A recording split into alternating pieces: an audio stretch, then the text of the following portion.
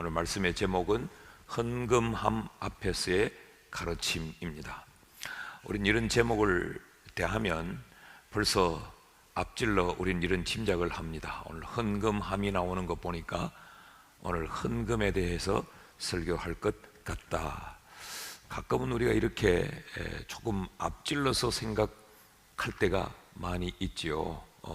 다른 사람 생각보다 앞질러 내가 판단하고 또 정확하게 우리가 알 수 없는 상황에서도 너무 성급하게 우리가 판단할 때가 많습니다. 그래서 들어는 왜곡된 상황을 만들기도 하고 들어는 그것으로 오해도 만들고 갈등도 불러일으키는 그런 경우들이 대단히 많지요.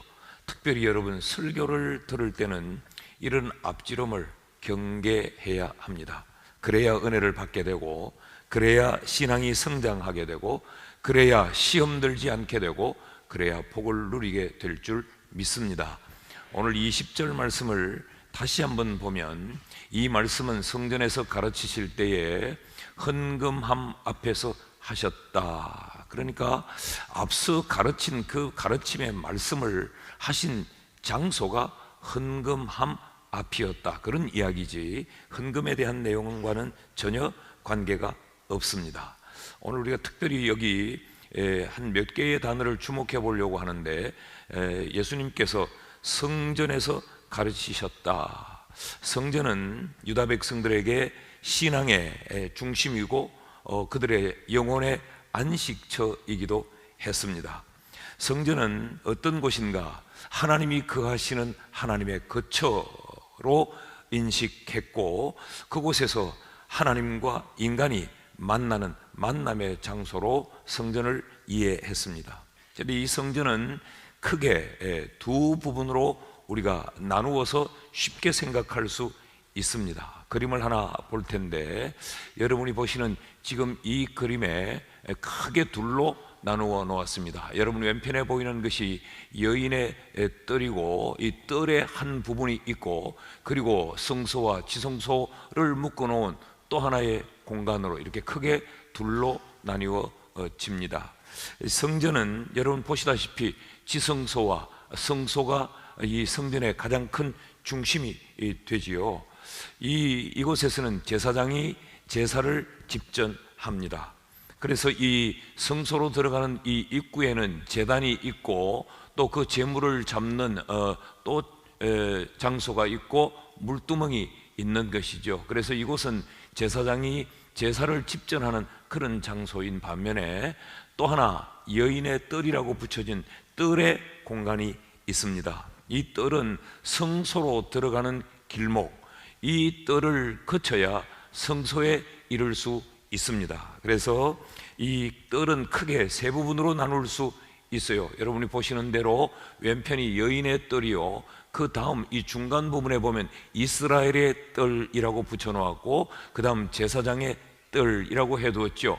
제사장의 뜰은 이 성소를 포함한 전체 제사장이 제사를 주관하고 제사를 집례하는 공간이고, 이스라엘의 뜰은 유대 남자들의 뜰입니다. 유대의 남자들은 이 뜰까지는 들어갈 수 있어요. 그런데 여인들은 이 성소가 있는 공간으로 들어갈 수 없었고, 이방인들 역시 마찬가지로 성소가 있는 오른쪽 공간에는 들어갈 수가 없었습니다.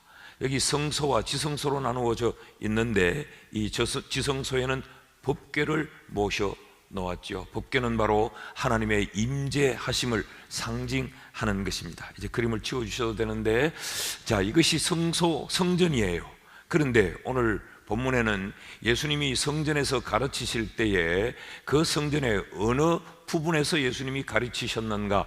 헌금함 앞에서, 옛날 성경에는 연보궤 앞에서 그렇게 기록이 되어져 있지요.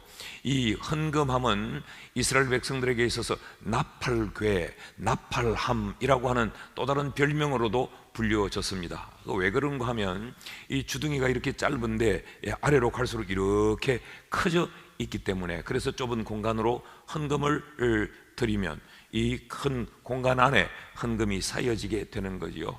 과부가 2렙돈을 헌금함에 넣었다라고 할 때 그때의 헌금함이 바로 이 헌금함입니다. 근데 이 헌금함은 어디에 있느냐?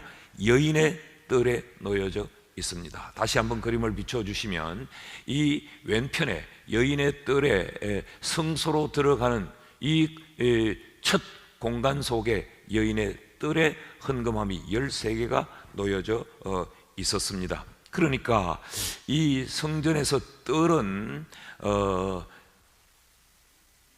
하나님께로 나아가는 자들이 반드시 통과해야 되는 공간이요 관문이에요. 그래서 그들은 이 뜰을 통과하면서 헌금함에 헌금을 드리면서 그들은 하나님을 향한 그들의 신앙을 고백하고 그 하나님 앞에서 그들은 헌신을 다짐하는 것입니다. 헌금함에 헌금을 넣는다고 하는 것은 하나님을 향한 내 마음, 내 사랑의 표현일 뿐만 아니라 또 하나 그 하나님을 향하여서 내가 얼마나 하나님을 사랑하며 또 하나님을 향하여서 내가 어떤 삶을 살겠다고 하는 우리 헌신의 마음을 담아서 헌금을 드리는 거죠. 그러니까 이 뜰도 굉장히 중요한데 예수님께서 바로 이 뜰에서 헌금함이 놓여져 있는 여인의 뜰에서 예수님이 지금 설교하고 계셨다는 이야기입니다.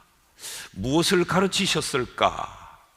2절 말씀을 보면 2절이 이렇게 기록해요. 아침에 다시 성전으로 들어오시니 백성이 다 나오는지라 앉으사 그들을 가르치시더니, 그러니까 예수님께서 아침에 성전으로 들어가셔서 이 헌금함이 있는 이 헌금함 앞에서 예수님은 종일토록 오늘 여기 20절이 이르기까지 이 2절에서 20절까지의 이 내용을 예수님은 그들에게 가르치셨다라는 겁니다. 2절에서 20절까지의 어떤 내용의 말씀이 들어있습니까? 음행하다가 현장에서 잡힌 그 여자의 이야기가 들어있고 그 이야기를 배경으로 해서 예수님이 나는 세상 생명의 빛이다, 나로 말미암지 않고는 어둠에 다닐 수밖에 없고 그 어둠에서 빠져나올 수가 없다라고 하는 이런 말씀들을 예수님이 쭉 주시지 않았습니까? 2절에서 20절까지 전체의 말씀을 우리가 쉽게 요약해서 바꾸면 이런 겁니다. 모두가 다 죄인이다라는 가르침이죠. 여자를 향해 죄인으로 정죄하고 그 여자를 향해 침뱉고 놀리고 율법의 잣대를 갖다 들이대면서 너는 죄인이기에 죽어야 돼 라고 했던 이 사건을 통해서 예수님이 그럼 죄 없는 자가 돌로 쳐라 그랬더니 그들이 다 떠났다는 겁니다. 그래서 이 사건을 통해 모두는 다 죄인이다 라는 사실을 가르치고, 또 하나 예수께서 용서의 주인이시다, 그 누구도 이 여인의 죄 문제를 건드릴 수 없다, 그런데 내가 이 여인의 죄를 용서한다. 그래서 예수님이 용서의 주인임을 가르치셨어요. 이런 내용을 누구에게 가르쳤느냐? 종교 지도자들과 거기 모인 군중들을 향해서 예수님이 가르치셨던 겁니다. 여인의 뜰에서 가르쳤다는 것을 보면 거기 이 이스라엘의 뜰로 들어갈 수 있는 그런 유대인들도 종교인들도 그 말씀 앞에 앉았을 것이요, 여기 여인의 뜰은 이방인들이 출입할 수 있는 마지노선인데 그 이방인들도 거기 있었을 수 있고 성소 안으로 들어갈 수 없었던 여인들도 거기에 들어올 수 있었던 거지요. 그래서 이 종교 지도자들과 군중들을 향해서 예수님이 이 말씀을 가르치셨다. 우리가 이제 몇 번 이 말씀을 살폈기 때문에 알 수 있죠. 이들이 떠나갈 때를 성경이 뭐라고 기록을 했습니까? 어른에서부터 젊은이까지 하나씩 다 떠나갔다. 그러니까 이 공간에는 모두가 들어올 수 있는 공간이었어요. 그 공간에서 예수님이 거기 모인 서기관들, 바리새인들, 이런 종교 지도자들, 율법학자들, 그리고 아주 미천하게 취급되던 그 여자들까지 포함을 해서 예수님이 지금 이 2절에서 20절까지의 말씀을 가르치셨습니다. 그런데 성경은 이 가르침을 헌금함 앞에서 가르치셨다라고 기록을 하고 있습니다. 성경에 나타나는 특별히 사람의 이름, 그리고 지명, 또 때, 이런 것들은 우리가 굉장히 눈여겨봐야 돼요. 의미가 있기 때문에 특별한 장소, 특별한 시간, 특별한 사람을 언급하고 있기 때문에 그렇습니다. 이 헌금함 앞에서 가르치셨다. 이 의미가 뭘까? 그 첫째는 예수님은 지금 죄의 심각성을 그들에게 말씀하고 싶은 겁니다. 자, 모두가 죄인이었어요.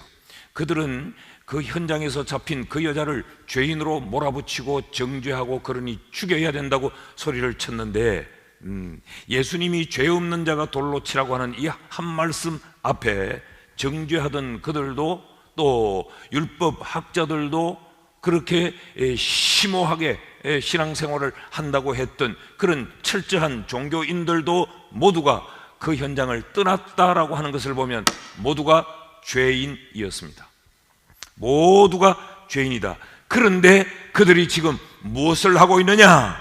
그들이 헌금을 드리면서 성전을 출입하고 있어요.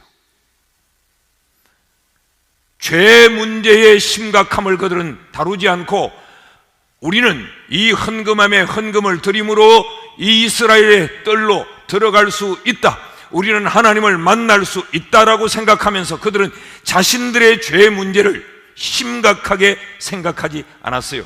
그래서 다른 사람을 정죄하고 판단했던 거죠.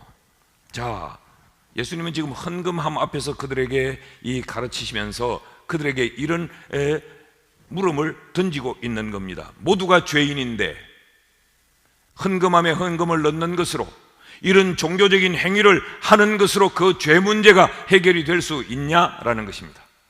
죄를 담아놓고 죄 문제를 해결하지 아니하면서 자신 속에 있는 죄를 심각하게 받아들이지 아니하면서도 이 뜰로 들어와 종교의 행위만 하면, 헌금만 드리면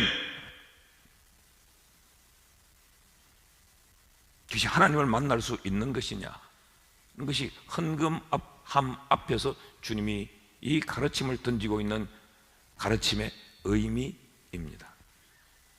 너희들도 다 죄인인데 너희는 얼마나 많은 시간 이 뜰을 지나면서 헌금함에 헌금을 넣었니? 그러니까 그런 헌금을 드리고 종교적인 활동, 종교적인 생활을 하고 있다고 하는 것으로 너희는 만족하고 안주해버리지 않았니? 죄가 이렇게 심각함을 너희들이 조금 전 정죄하고 죽여야 된다고 했던 것처럼 죄는 이렇게 심각한데 너희는 죄의 심각함을 왜 알지 못하니? 라는 말씀을 지금 던지고 있는 겁니다. 둘째로, 율법의 한계성을 주님이 그들에게 가르치는 겁니다. 그들은 무엇으로 그 여인을 정죄했습니까? 율법이라고 하는 것으로 정죄했어요. 그래서 죽여야 된다고 했습니다. 그런데 예수님의 말씀 앞에 뚜껑을 열고 보니 그들도 율법에 묶여 있었어요. 율법이 이 여인만을 묶어놓은 것이 아니고, 율법이 이 여인만을 죄인으로 올가맨 것이 아니고, 율법이 이 여인만 죽어야 된다고 말한 것이 아니고, 그들도 죽어야 된다고 율법이 지금 고발을 하고 있는 겁니다. 이 여인은 지금 사람의 손에 들려 있는 율법으로 고발당하고 있었는데 그들 스스로가 들고 있는 율법에 의해 고발을 당하고 있는 거죠. 이스라엘 백성들이 가장 자랑했던 것이 뭐냐? 우리는 율법이 있다라는 거였어요. 하나님이 계신다는 것보다 더 그들이 자랑했던 것이 우리는 율법이 있다, 이걸 그렇게도 자랑을 했어요. 그러니까 예수님께서 헌금함 앞에서 보아라, 너희들이 그렇게 철저하게 종교 생활을 하고 있는데 이 종교적인 활동으로도 너희는 율법의 한계를 뛰어넘을 수 없다. 성전에 출입하면서 그렇게 헌금을 드리고 너희는 그 종교적인 생활에 아주 깊이 빠져들어 있지만 너희 역시 너희가 자랑하고 너희가 가진 그 율법의 한계를 넘어설 수 없지 않느냐. 율법이 너희들의 모든 문제를 해결해 줄 수 없지 않느냐. 율법의 한계를 주님이 지금 지적하고 있는 겁니다. 마음은 둘째까지 하려고 했지만 하다 보니 셋째도 해야 될 것 같아요. 미안합니다. 셋째는 그럼 어떻게 해야 되나? 복음이 필요하다는 걸 그들에게 지금 말씀하고 있는 것이죠. 고발과 정죄의 현장에서 그 여인에게 필요했던 것이 무엇일까요? 그 여인에게 필요한 것이 율법이었습니까? 그 여인에게 필요한 것이 종교인들이었습니까? 그 여자에게 필요한 것이 종교적인 활동이었습니까? 그 여인의 뜰 안에 놓여져 있던 헌금함이 이 여자에게 필요했을까요? 이 여자에게 진실로 죄 문제를 해결할 것이 뭐였어요? 예수 그리스도가 이 여인에게 필요했던 겁니다. 율법의 충족자가 필요했어요. 그래서 이 율법으로부터 자유하게 만들어줄 자가 필요했습니다. 그분이 바로 예수 그리스도였습니다.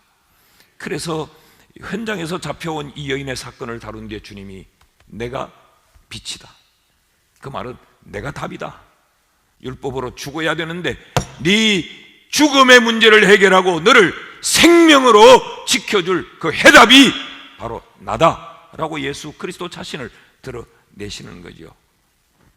이것이 헌금함 앞에서 주님이 이 말씀을 하셨던 의미입니다. 예수 외에는 답이 없다. 종교 생활로도 안 된다. 율법으로도 안 된다. 왜냐하면 죄는 심각하기 때문에 그렇다 라고 주님이 지금 말씀을 하고 있는 거예요. 우리가 꼭 기억해야 될 것, 죄는 무섭다는 겁니다. 죄는 하나님 앞으로 우리를 나아가지 못하게 합니다. 죄를 가지고는 교회에 다니는 것으로, 교회 생활을 하는 것으로, 성경을 많이 알고 있는 그 성경의 지식으로 죄 문제는 해결이 되지 않습니다. 죄는 우리를 하나님 앞에 나아가지 못하게 할 뿐만 아니라 사람들과의 관계도 차단시키는 것이 죄입니다. 죄가 얼마나 무섭다라고 하는 죄의 무서움, 이 죄의 심각성을 다시 한번 우리의 마음속에 깊이 새기고, 또 두 번째, 신앙의 본질이 무엇인가를 우리 깊이 머릿속에 새겨 놓아야 됩니다. 신앙의 본질은 종교 활동하는 거 아닙니다. 신앙의 본질은 그냥 교회에 나왔다 들어갔다 하는 건 아닙니다. 그저 교회에서 헌금 시간에 헌금하고 뭐 찬양대에 앉아서 찬양하고, 이것이 신앙의 본질이 아니에요. 신앙의 본질은 헌금함도 아니고 율법도 아니고, 그 율법을 가지고 내가 율법을 많이 아는 것으로 다른 사람을 정죄하고 판단하는 것도 아니고, 신앙의 본질은 예수 그리스도와 그의 말씀입니다. 여러분, 예수님의 말씀이 우리의 신앙의 표준이요, 예수 그리스도가 우리의 신앙의 목표요, 예수 그리스도와 예수 그리스도의 말씀이 우리의 신앙 생활의 전체 내용이 되어야 하는 것입니다. 우리가 그런 찬양 부르죠. 예수로 예수로 예수로 사네. 예수 그리스도와 그의 말씀이 우리에게 신앙의 본질이 될 수 있기를 주의 이름으로 축복합니다. 그리고 마지막 하나 우리가 꼭 기억해야 될 것은 변화된 삶의 실행입니다. 그래서 예수님은 그들을 향해서 하시고 싶은 말씀이 그거예요. 헌금 넣고 이 뜰을 통하여 성소로 나아간다고 해서 그것이 하나님을 만나는 것이 아니다, 그죠? 죄를 숨겨놓고는 답이 없다. 그러니까 그 삶을 바꾸어야 된다는 말씀을 주님이 지금 헌금함 앞에서 하고 있는 것입니다. 헌금함 앞에서 가르치신 예수님의 가르침을 깊이 마음속에 새기고, 그냥 교회 다니는 사람으로 만족하지 않고, 그래서 이 종교 활동에 익숙해진 것으로 착각하지 않고, 우리 진실로 주님이 원하는 그런 주님의 사람들로 우리 다 세워질 수 있기를 주의 이름으로 축복합니다.